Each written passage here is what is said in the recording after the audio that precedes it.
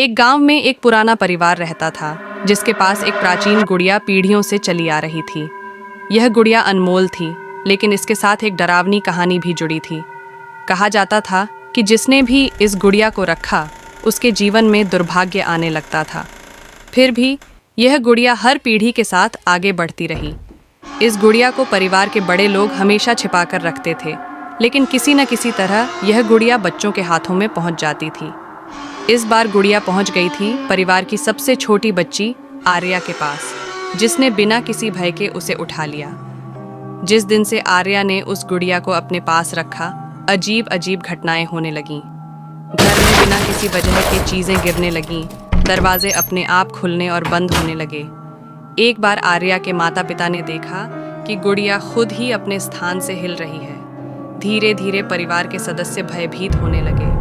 रात में चीखें सुनाई देने लगीं और एक बार आर्या की माँ ने देखा कि गुड़िया रात के अंधेरे में आर्या के बिस्तर के पास खड़ी थी।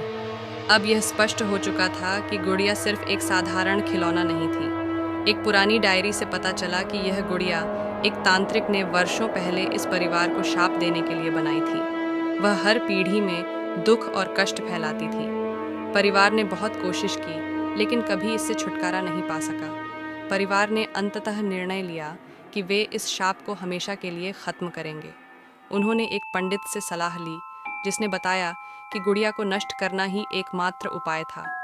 लेकिन जैसे ही उन्होंने उसे जलाने की कोशिश की, घर में अजीब घटनाएं होने लगीं, मानो कोई अदृश्य शक्ति उन्हें रोक रही हो।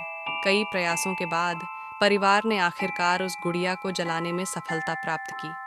जैसे ही गुड़िया राख में बदल गई, घर में छाया हुआ अंधकार छंट गया और धीरे धीरे शांति लौट आई। यह पहली बार था जब परिवार को उस शाप से मुक्ति मिली थी। गुड़िया के खत्म होने के बाद परिवार ने फिर से अपना जीवन सामान्य तरीके से जीना शुरू किया। लेकिन हवेली के एक पुराने कोने में, जहां गुड़िया कभी रखी थी, कभी कभी एक हल्की हंसी सुनाई देती थी, मानो गुड़िया का श्राप पूरी तरह खत्म नहीं